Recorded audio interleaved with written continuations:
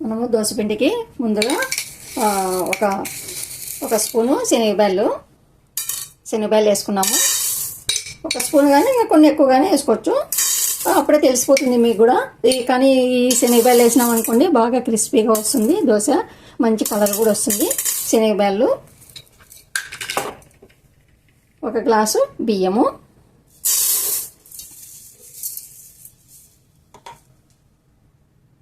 ఇది brown rice, ఇది brown rice 2 గ్లాసులు,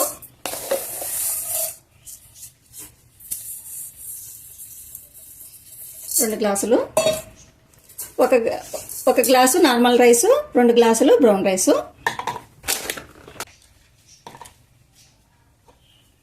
ఈ గ్లాస్తోనే ఉద్దిబ్యాళ్ళు ఈ గ్లాస్ నిండి తీసుకోవాలి. ఒక గ్లాసు ఉద్దిబ్యాళ్ళు, ఒక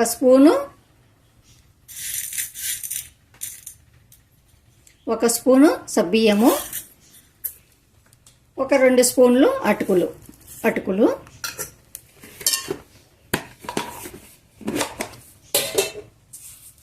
కొన్ని మెంతులు. ముందు అన్ని సపరేట్గా అటుకులు, సబ్బియ్యము, మెంతులు ఒక సపరేట్గా కడుగుదాము, ఎందుకంటే ఇసుక ఉంటుంది కదా అటుకుల్లో, అందుకోసమని అటుకులు సపరేట్గా కడుక్కున్నాము. ఈ బియ్యము అవన్నీ ఒకసారి కడుక్కున్నాము. బియ్యాన్ని ఇట్లా శుభ్రంగా ఒక 2 సార్లు బాగా కడుక్కోవాలి. నీళ్ళు ఎక్కువ వేసుకోకూడదు. చాలా మంది ఏం చేస్తుంటారంటే మరి నీళ్లు పడేసి మరి ఫ్రెష్ నీళ్ళు వేస్తుంటారు, అట్లా పడేయద్దండి. ఈ నీళ్ళతోనే మనము దోసపిండికి వాటర్ అవసరం వస్తుంది కదా, ఆ వాటర్ ఈ నీళ్ళనే వేసుకున్నాము. ఇప్పుడు సబ్బియ్యము, అటుకులు, మెంతులు ఇవి కూడా దీంట్లోకి వేసేసి నానేద్దాము. ఒక 5 గంటలు నానితే చాలు, ఎక్కువ నానాల్సిన అవసరం లేదు. పిండిని మనం ఎక్కువసేపు ఉంచాలి కానీ బియ్యాన్ని మాత్రం ఎక్కువ నానాల్సిన అవసరం లేదు. పిండిని ఎక్కువసేపు పెడితేనే మనకి బాగా పొంగేది అనమాట. ఊరికి బియ్యాన్ని ఎక్కువసేపు నానబెట్టినామంటే అది అంతనే నానతాయి కానీ ఎక్కువేం నానవవి ఇంకా. కాబట్టి మనము బియ్యాన్ని తక్కువసేపు నానబెట్టుకొని పిండిని ఎక్కువసేపు నానబెట్టినామంటే బాగా పొంగుతుంది. ఇప్పుడు నేను నానబెట్టినాను కదా, ఒక 5 గంటలు అయిన తర్వాత రుబ్బుకున్నాము. ఈ నీళ్ళన్నీ కూడా కనీసం అన్నీ అయిపోతాయి, చూద్దాం. బియ్యం నానేసి 5 గంటలు అయిపోయింది. వాటర్ కూడా చూడ ఎక్కువ లేవు. ఇవన్నిటితోనే మనము ఈ నీళ్ళతోనే అట్లా వేసేస్తున్నాం. మరి నీళ్ళు పడేకోకుండా ఇట్లనే వేసేద్దాము. ఇంకా బాగా నానిపోయినాయి బియ్యం అన్నీ కూడా వేసేస్తున్నాను. ఫస్ట్ వాయి మాత్రం కొంచెం బరకగానే వేసుకున్నాము.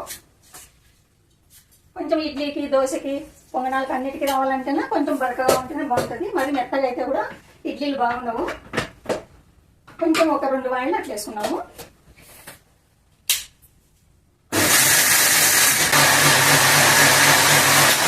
అయింటుంది, చూద్దాము.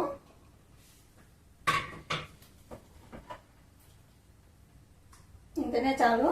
మరి మెత్తగా వేసినామంటే కూడా మెత్తగా వస్తుంది దోశ, క్రిస్పీగా ఉంటుంది కానీ అది ఉండదు, ఇడ్లీకి బాగుండదు అది. ఇట్లా ఒక 2 వాయిలు ఇట్లా వేసుకొని కొద్దిమాది మెత్తగా వేసుకున్నాం బాగా.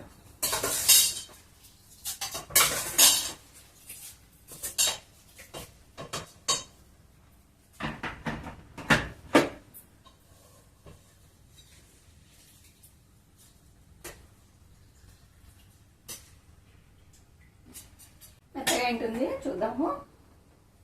మెత్తగా అయిపోయింది. ఇంకా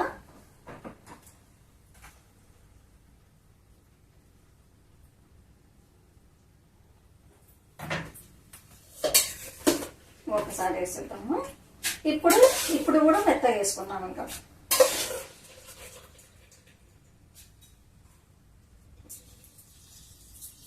చూడండి, నీళ్ళు కూడా సరిపోతాయి. ఇంకొకసారికి అవుతుంది, నీళ్ళు కూడా కరెక్ట్గా సరిపోతాయి. మనం ఏం పడేసేది ఏమి ఉండదు, మరి కొత్తగా నీళ్ళు తెచ్చుకొని వాడుకునేది ఏమి ఉండదు.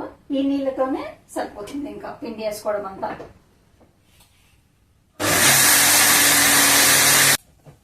అంత పిండి వేసేసినాను, దీన్ని ఇంటికి వచ్చింది.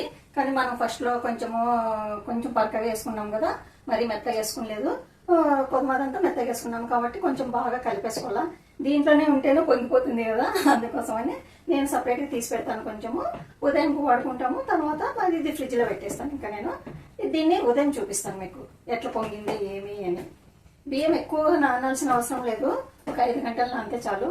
కానీ మనము పిండినే ఎక్కువసేపు నానబెట్టుకుంటే బాగా పొంగుతుంది.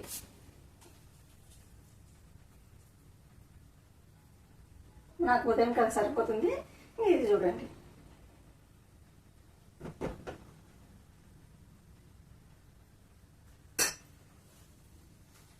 ఈ చలికాలమైన ఏ కాలమైనా కూడా ఇట్లా చేసుకున్నారనుకో, తొందరగా చేసుకున్నారనుకోండి పిండిని బాగా పొంగిపోతుంది. మనకి పులుపు కూడా అంతగా ఉండదు, బాగుంటుంది. దీన్ని ఇట్లనే తీసుకొని పోయి ఓవెన్లో కానీ ఏమన్నా పెట్టుకోండి, లేదా బయట పెట్టినా కూడా సరిపోతుంది.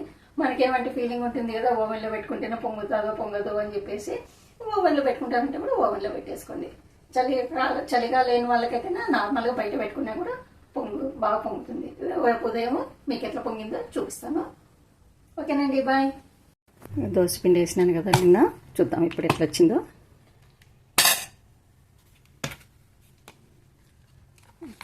చూడండి ఎట్లా పొంగింది కదా. నేను ఎక్కువైందని చెప్పేసి ఇంకొక గిన్నెలో కూడా తీసి పెట్టుకున్నాను. అది వాడినాను, ఇది వాడలేదు, ఇంకా ఇది వాడను కూడా. ఇది ఇంకా ఫ్రిడ్జ్లో పెట్టేస్తాను. ఇది దోశకైనా, ఇడ్లీకైనా, పొంగనాలకైనా ఏ దానికైనా వచ్చేస్తుంది. కానీ ఇది బ్రౌన్ రైస్తోనే చేసినది, ఇది నార్మల్ కాదు. హాయ్ అండి, welcome to my channel Anuradha రఘువీర్. అందరికీ గుడ్ మార్నింగ్ అండి. చూపించినాను కదా నిన్న దోశపిండి ఎట్లా చేసుకోవాలా, ఏమేమి ఇలా అని చెప్పేసి బియ్యము బ్రౌన్ రైస్తో నేను దోశపిండి ఎట్లా చేసినాను చూపించినాను కదా. ఈరోజు దోశ వేసుకున్నాము, బాగా పులిసింది. ముందు గ్యాస్ అంటిద్దాము, గ్యాస్ అంటించుకొని చేద్దాము. పెనం వేడైతుంటుంది, అందులోకి 2 మాటలు మాట్లాడుకున్నాము. ఈ బ్రౌన్ రైస్తో దోశ చాలా బాగుంటుంది, క్రిస్పీగా కూడా వస్తుంది. ఇంకా కొంచెం పొట్టు మినపప్పు గిన్నె వేసుకున్నానంటే ఇంకా కొంచెం హెల్తీగా ఉంటుంది. అన్నము బ్రౌన్ రైస్ అన్నం అంటే తొందరగా పిల్లలకి మెత్తగా రాదు అది అన్నము. మనం ఎంత ఉడికించినా కూడా మెత్తగా రాదు అన్నము, కొంచెం గట్టిగానే ఉంటుంది. వేడిగా ఉన్నప్పుడైతే బాగుంటుంది అన్నము, కానీ చల్లారే కొద్దీ మెత్తగా గట్టిగా అయిపోతుంది అన్నము, తొందరగా కూడా అరగదు. అదే తెల్ల బియ్యం అట్లా కాదు, పాలిచ్చేసి పై పొట్టంతా తీసేసుకుంటారు. ఒక కార్బోహైడ్రేట్లు అయితే ఉంటాయి వైట్ రైస్లో, కానీ పిల్లలకి కార్బోహైడ్రేట్లే ఎక్కువ కావాల్సినది. అందుకోసమనే తెల్లన్నం పెట్టాలా. ఇట్లా దోశలు కానీ ఏదన్నా వేరే ఇడ్లీ కానీ అట్లా దానికి ఈ బ్రౌన్ రైస్ వాడుకుంటే బాగుంటుంది. నేను ఎప్పుడు దోశకి ఇదే వేస్తాను. ఒక 2 బ్రౌన్ రైస్ వేస్తే ఒక నార్మల్ బియ్యం వేస్తాను అనమాట. వేస్తే అప్పుడు దోశ మెత్తగా వస్తుంది. అంత బ్రౌన్ రైస్ అంటే కూడా దోశ మెత్తగా ఉంటుంది, గట్టిగా ఉంటుంది. అప్పుడు చూద్దాం, దోశ వేస్తాను, చూపిస్తాను నేను ఎట్లా వేస్తాను, చూసేద్దామా. నేను కూడా వేడైపోయింది, అంటే తగ్గిద్దాం ఇప్పుడు.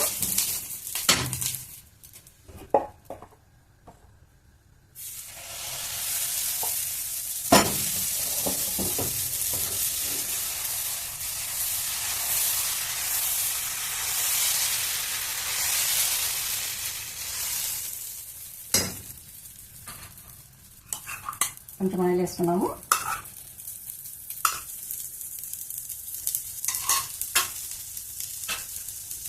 క్యారెట్ కూడా కొంచెం తురిమేద్దాము. చిన్నగా తురుముకోవాలి క్యారెట్, ఎక్కువ మరి మందం కాదు.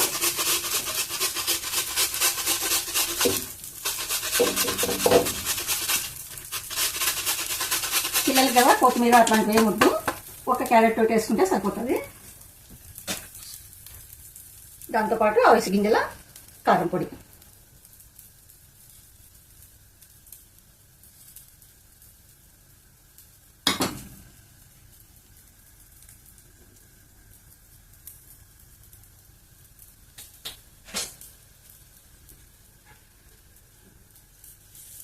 కలిపింది తిప్పేద్దాం. ఇంకా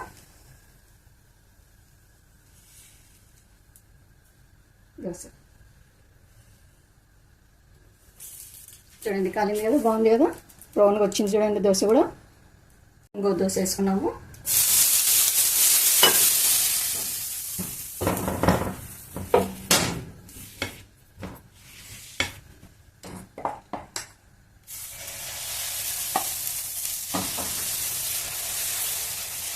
ఇట్లనే ఎగ్గు కూడా వేసుకోవచ్చు, ఎర్రకారం వేసుకోవచ్చు, ఉల్లిగడ్డ కారం వేసుకోవచ్చు, ఏది వేసుకున్నా బాగుంటుంది దోశలకి.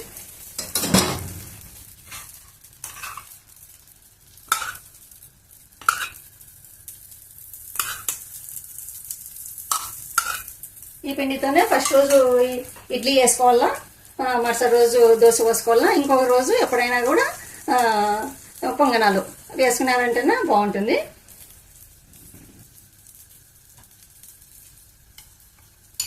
ఇప్పుడు ఎర్రకారం వేసుకున్నాము.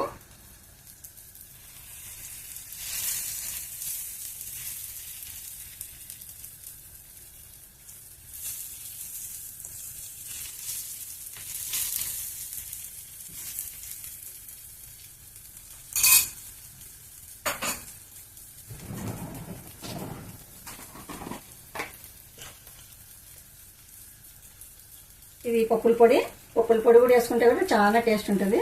పిల్లలకి చాలా ఇష్టపడతారు పిల్లలు కూడా ఈ స్మెల్.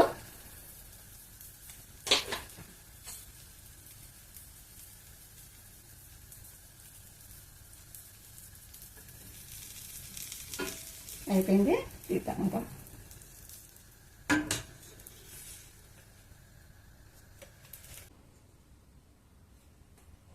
చూడండి మెత్తగా ఉన్నాయి దోశలు, చాలా బాగుంటుంది దోశ. ఈ దోశ హెల్తీ కూడా.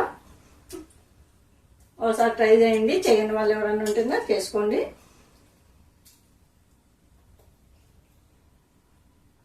చాలా మెత్తగా వచ్చినాయి దోశ, క్రిస్పీగా కూడా ఉంటుంది. మరి ఉత్త మెత్తగా పంటికి తగలకూడదు, అట్లా క్రిస్పీగా కూడా ఉంటుంది. చూసినారు కదండి బ్రౌన్ రైస్ దోశ. మీకు నచ్చినట్లయితే లైక్ చేయండి, షేర్ చేయండి, సబ్స్క్రైబ్ చేసుకోండి. మరో మంచి రెసిపీతో మీ ముందు ఉంటాను. ఓకేనండి, బాయ్.